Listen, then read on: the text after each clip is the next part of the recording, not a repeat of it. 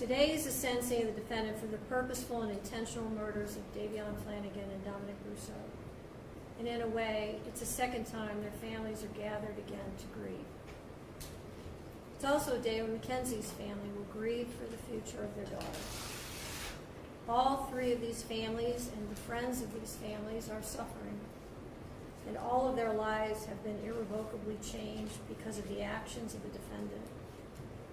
The unintended and collateral consequences of a selfish, intentional, and cruel decision by Mackenzie will ripple forever in time. It's literally changed history because it's ended two lives.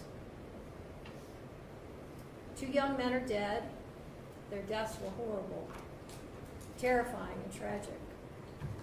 I will say again, if any reasonable person reviews Exhibit 802, there can be no doubt in your mind what happened this night. There can be no doubt of the absolute terror of the two people in that car. The defendant controlled all the events. She chose the day. Specifically, she chose a day just before her 18th birthday. She chose to drive the car, the time to drive the car. She chose an obscure, previously scouted route through an industrial parkway. She chose the target to hit and the victims. She chose the means and the method to follow through. And she planned and purposefully executed the events of July 31st, 2022.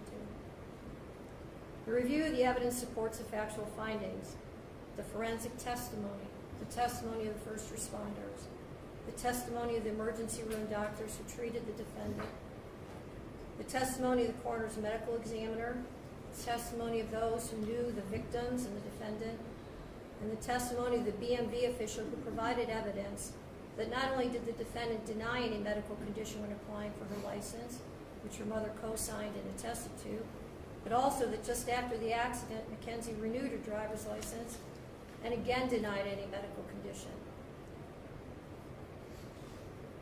In fact, the defendant was so concerned about driving that, as the state mentioned, during the investigation, she asked if they could just suspend her license for 10 years. It is hard to fathom how a person could be concerned about their driving privileges, having just been responsible for the deaths of two people. There was no medical condition that caused this as an accident. There was no mechanical failure of the car. The record is clear on the facts and the evidence.